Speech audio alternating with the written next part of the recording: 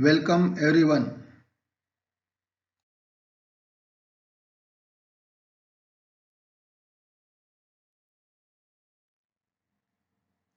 Video lecture part 7 में मैं doctor Ramesh Kumar Dewangan, assistant professor commerce, government माता कर्मा गर्ल्स कॉलेज महासमुंद छत्तीसगढ़, आप सबका स्वागत करता हूं।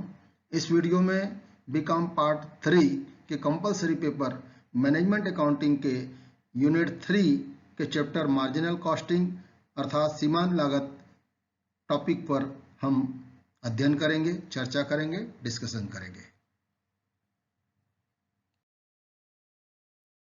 डियर स्टूडेंट्स, पूर्व के 2 वीडियो में हमने सीमांत लागत विधि और अवशोषण लागत विधि में लाभ की गणना करने से संबंधित 2 प्रकार के न्यूमेरिकल प्रश्न देख लिए हैं। एक तो जब किसी उत्पादन संस्था में उत्पादन और विक्रय की मात्रा समान होती है, अर्थात कोई भी अंतिम रहतिया या प्रारंभिक रहतिया नहीं होता है, तो कैसे लाभ की गणना की जाती है, उसमें क्या अंतर पाया जाता है। दूसरा प्रकार का जो प्रश्न है कि किसी उत्पादित संस्था में केवल अंतिम रहतिया बच रहा है, प्रारंभिक रहतिया नहीं रहता है, तो सीमांत लागत विधि और अवशोषण लागत विधि में लाभ की गणना करने से क्या अंतर पड़ता है, वो हमने इसके पूर्व के वीडियो में देख ली है। इस वीडियो में हम तीसरे आधार, जबकि किसी उत्पादित संस्था में यदि उत्पादित किए गए माल का प्रारंभिक और अंतिम रहतिया होता है, तो उस दशा में सीमांत लागत विधि और अवशोषण लागत विधि के अंतर्गत लाभ की गणना करेंगे तो क्या अंतर होगा, हम आगे के प्रश्न में देखेंगे।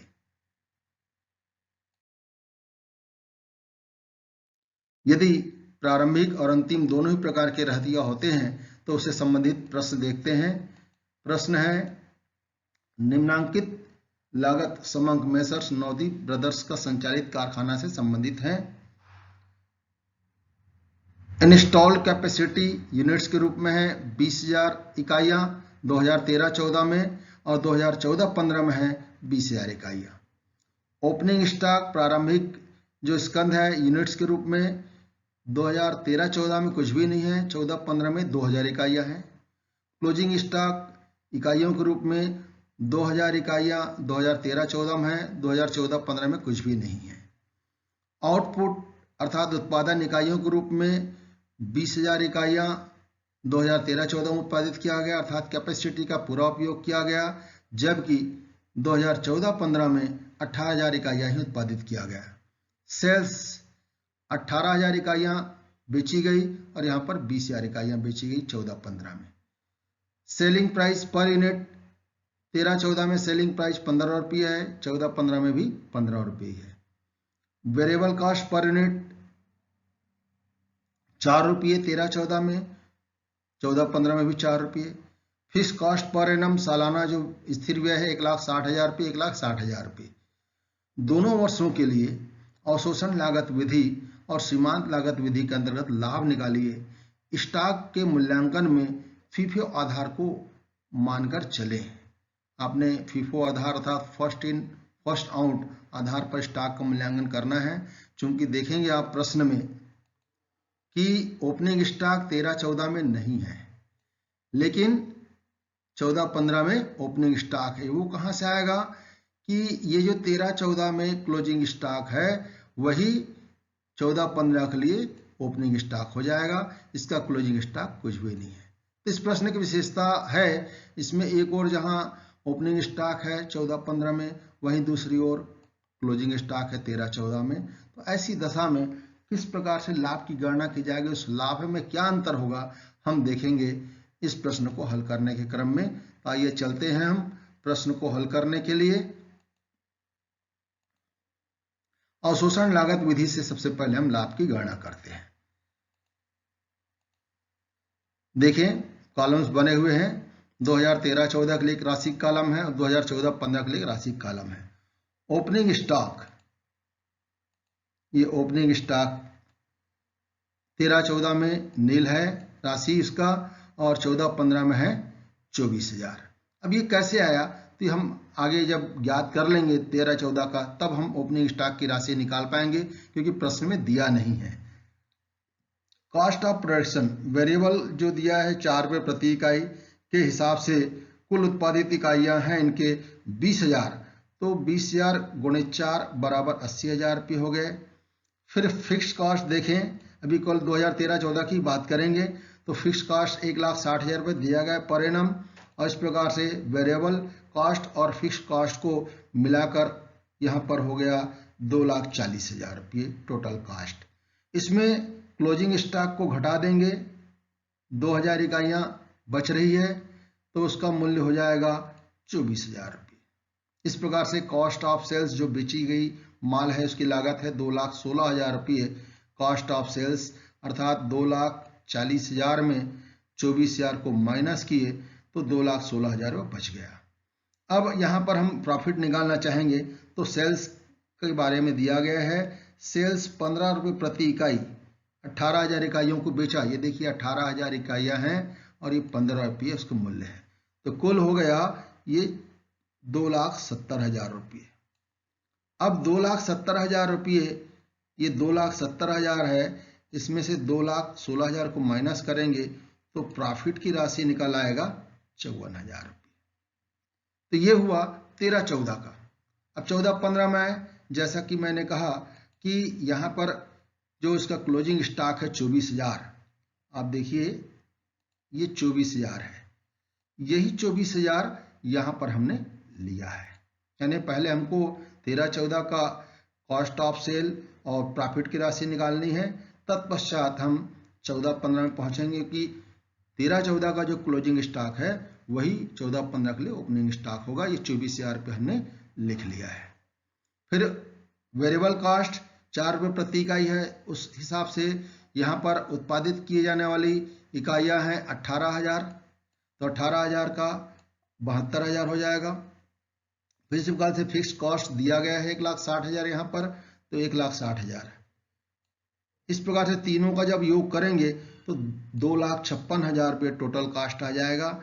चूंकि प्रश्न में कहा है इसका कोई भी अंतिम स्टॉक नहीं है, यहाँ पर देखिए कोई भी अंतिम स्टॉक नहीं है, इसलिए ये निरंक हो गया। इस प्रकार से कॉस्ट ऑफ सेल्स 2,56,000, क्योंकि 20,000 इकाइयों को बेचा गया। उत्पादित भले ही 18,000 इकाइयों किया है, लेकिन बेच रहे कौन सा, 20,000 इकाइयों का। यहाँ पर देखिए 20,000 इकाइयाँ सेल्स, क्योंकि 18,000 उत्पादित है, 2,000 ओपनिंग स्टॉक का था, कुल 20,000 हो गया, 15 रुपये के हिसाब से बेचा गया, तो यहाँ पर हो गया इसका कुल 3 लाख रुपये। अब इस 3 लाख रुपये के विक्रय राशि में से कॉस्ट ऑफ सेल्स को हम घटा देंगे तो ये प्रॉफिट बचा इसका 44,000।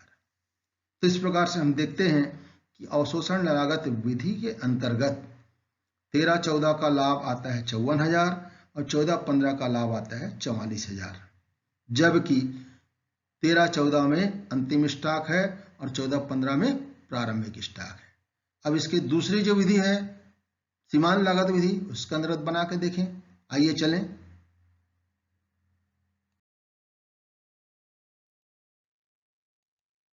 सीमांत लागत विधि के अंतर्गत जब हम गणना करेंगे तो देखिए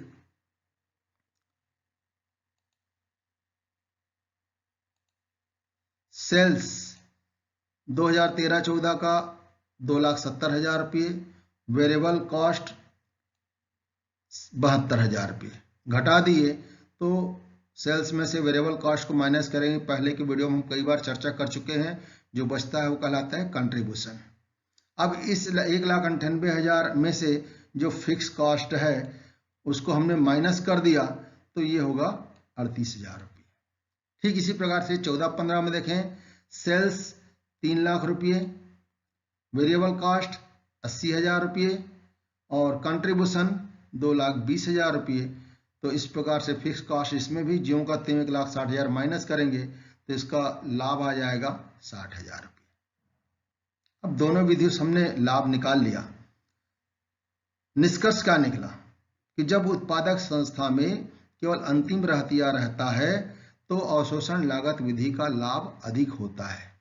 आप देखिए उपरोक्त सॉल्यूशन में 13-14 में केवल अंतिम रहतिया है, इसलिए अवशोषण लागत विधि का लाभ 54,000 है और इसी वर्ष सीमांत लागत विधि का लाभ 38,000 है। तो ये आप यहाँ पर स्पष्ट रूप से इसको समझ सकते हैं कि 54,000 रुपये और ये 38,000 रुपये। निष्कर्ष क्या निकला कि यदि केवल अंतिम रहतिया है तो अवशोषण विधि का लाभ अधिक होगा। इसी प्रकार से 14-15 का देखें, जहां पर केवल प्रारंभिक रहतिया है, तो 14-15 में केवल प्रारंभिक रहतिया है, इसलिए अवशोषण लागत विधि का लाभ 44,000 है और सीमांत लागत विधि का लाभ 60,000 रुपये है। तो कहने का तात्पर्य यह है कि यदि किसी वर्ष किसी उत्पादन संस्था में प्रारंभिक रहतिया है और अंतिम रहतिया नहीं है, तो सीमांत लागत विधि से ज्ञात किया गया लाभ अधिक होगा अवशोषण लागत विधि से ज्ञात किए गए लाभ की तुलना में। तो ये अंतर होता है दोनों ही विधियों के अंतर्गत लाभ की गणना करने से। Thanks for watching this video. For more details contact me. Email deva.rk3013@gmail.com। Dear students, अभी तक हमने सीमांत लागत विधि और अवशोषण लागत विधि के अंतर्गत अलग अलग किस्म के प्रश्नों को देखा। अब आगामी वीडियो में हम सीमांत लागत विधि को किस प्रकार से प्रबंधकीय निर्णय लेने के क्रम में उपयोग में लाया जाता है, इस संबंध में न्यूमेरिकल प्रश्न देखेंगे आगामी वीडियो 8 में। तब तक के लिए आप सबको पुनः धन्यवाद।